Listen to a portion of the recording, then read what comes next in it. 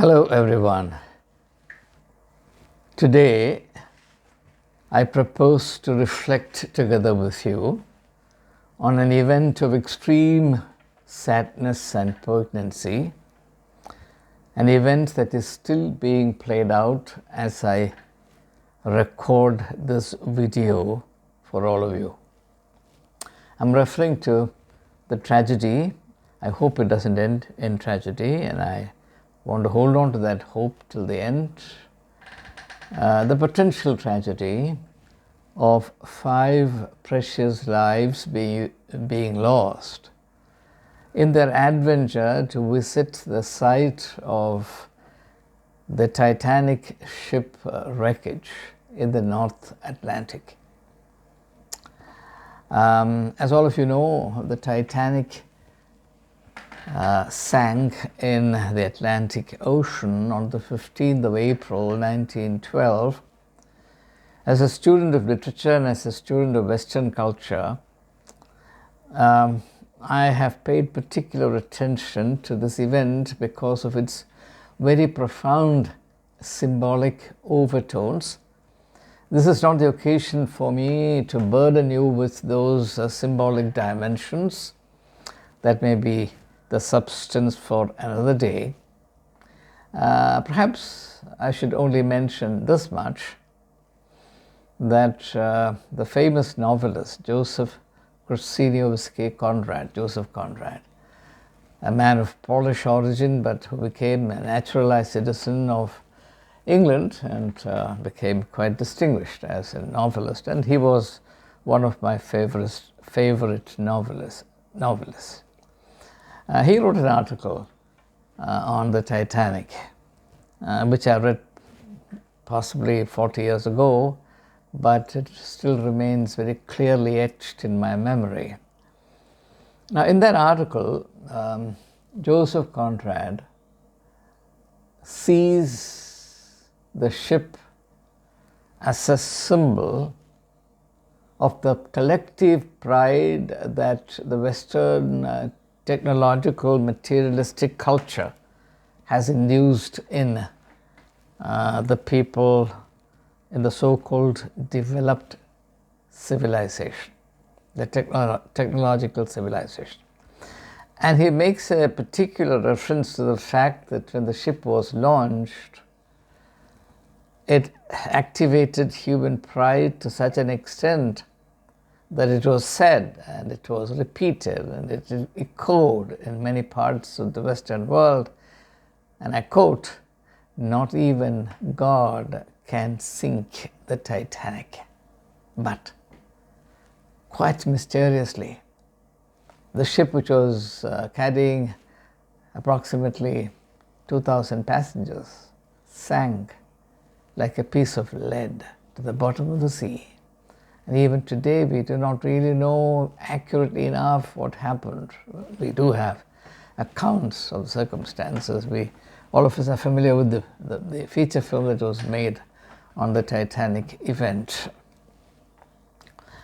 As far as this touristic attempt to visit the site of the wreckage, located some 13,000 feet below the sea surface, quite a difficult, risky and adventurous thing to do. 5 people are inside this module or the submersible, and each one of them paid $250,000 to make this trip. So obviously they're not the common folks, but irrespective of the economic status of an individual, the loss of life or even risk to life is a very serious matter, and that's the seriousness with which I make these reflections with you. There are many aspects of this event that hold me spellbound, but there's a limit to which how much can be squeezed into a video, especially given how limited the attention span is of people these days, and therefore I'll focus entirely, exclusively on one particular insight which I believe is extremely important. Now let's for a minute look into the submersible. 5 people are in it. And the submersible was provided with oxygen to last some 92 hours. Now, at the time of recording this message, as per the information available to me, the oxygen supply now left will last only for the next 12 to maximum 20 hours. Unprecedented rescue efforts are afoot. The best that human beings armed with technology can do is being done. And let's hope and pray that these efforts prove successful. But what I want to think together with you is this. Think of the oxygen. If the oxygen supply is exhausted before they are rescued from the submersible, then surely they could all perish. God forbid. So it's oxygen that sustains life, and this is, of course, kindergarten knowledge. I'm not sharing something new with you. But what I want to say is this. Oxygen is God's provision. I know that many of my viewers are secular in their thinking, but please have patience with me. None of us has created oxygen.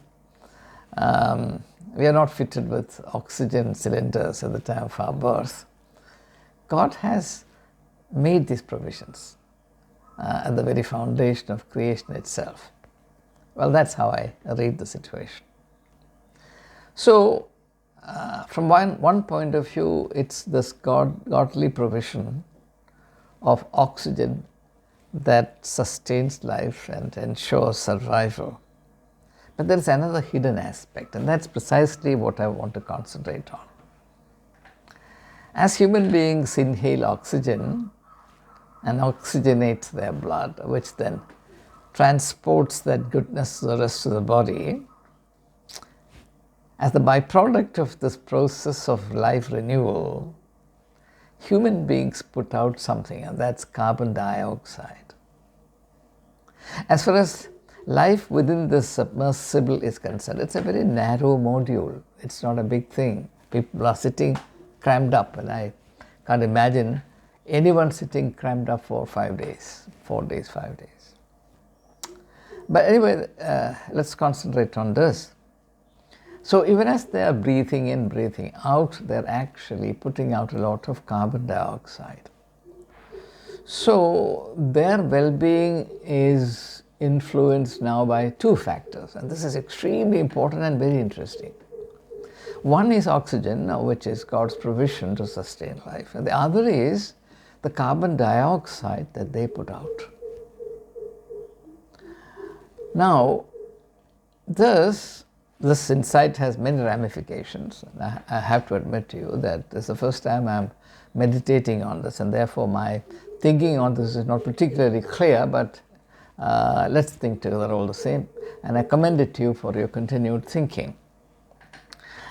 Now, therefore, this particular pattern challenges me to realize that life is continually being affected by whatever we put out.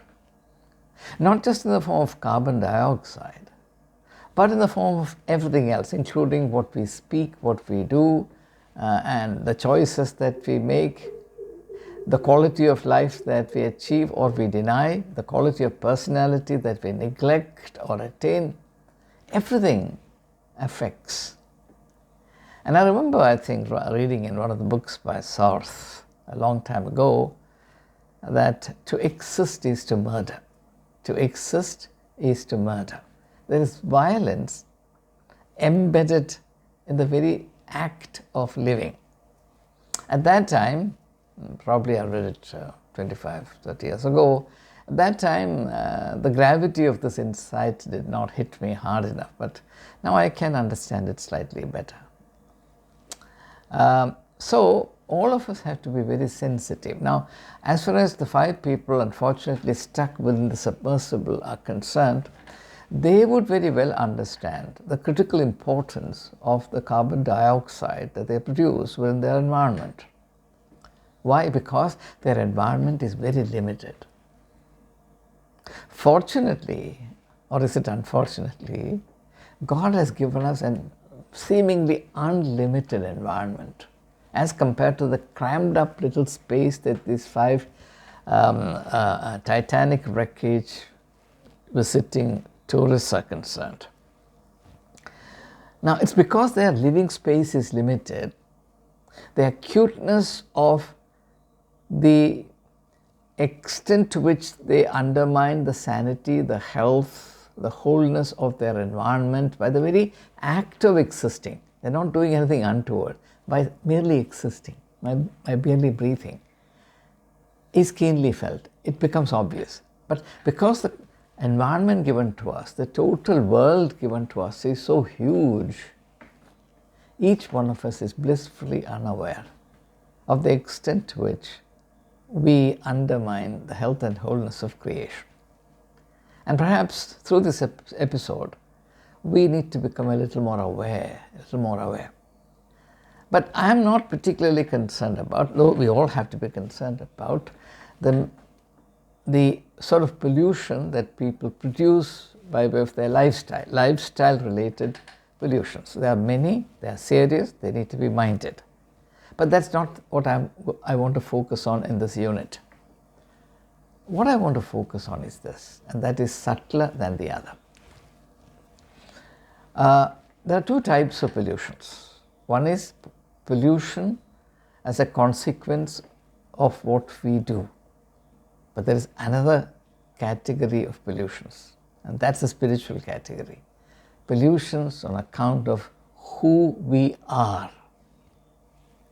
Now, if we don't become the kind of people we ought to be, if we don't become fully developed in all 3 aspects or dimensions of our personality, the physical, the mental, the spiritual, if we don't exemplify the glory and greatness of life, or in the words of Jesus Christ, if we don't become the light of the world, then we are the darkness of the world, which means that we have an impact, a negative impact on the world. Just as the carbon dioxide exhaled in the Titanic submersible has an impact, and the impact, as I said, is more immediately and keenly perceived because the environment is so limited. So the great thing about spirituality, as I understand it, is that it sort of makes our awareness subtler and more acute. Now, if you are not spiritually developed, then you can afford to be insensitive to the fact that you are polluting the environment by the kind of person that you are. And in the secular world, you need to become aware of it only in terms of law. For example, if you do something that's violative of the law of the land, then you get into trouble, you could land yourself in a prison. But that's not the only problem that spirituality recognizes.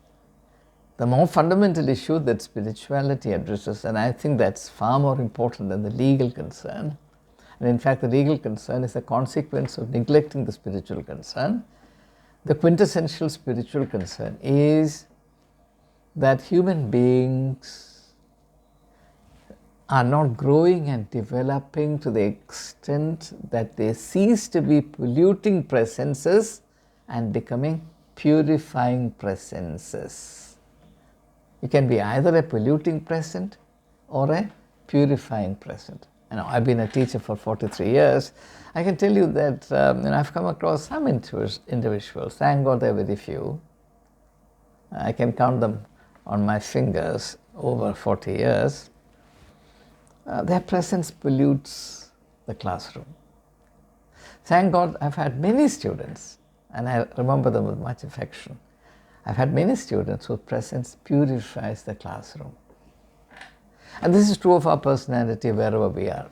The classroom, whether the working space, whether it's at home, whether it is in the social context or whatever, the cultural context, we can all be purifying, ennobling, enriching presences.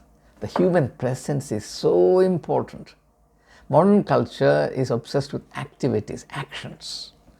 It has become blind to the importance of presence. And I tell you, presence is more important than activity. Let me give you an illustration and I'll close. In 1994, I was stricken with partial paralysis. My neck was seriously affected. I lost movement in my left hand. 3 of the discs on my the cervical part of my spine slipped, or seriously affected, and I was bedridden. And I tell you, in that state, someone just coming and being near you was more important than winning a Nobel Prize.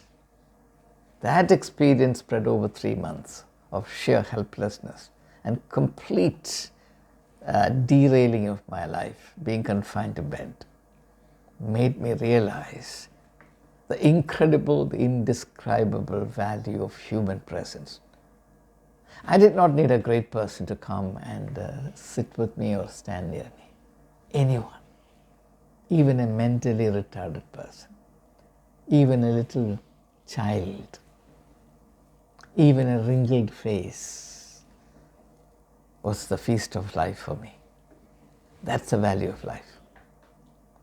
So, if we don't develop ourselves in that fashion and we become mere caricatures of what human beings ought to be, then by our sheer presence we pollute.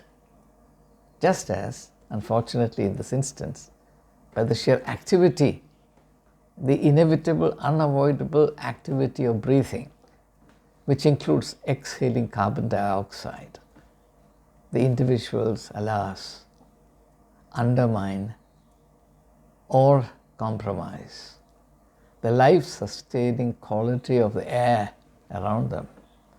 And I pray sincerely to God Almighty that the current rescue efforts to bring them out of peril would succeed.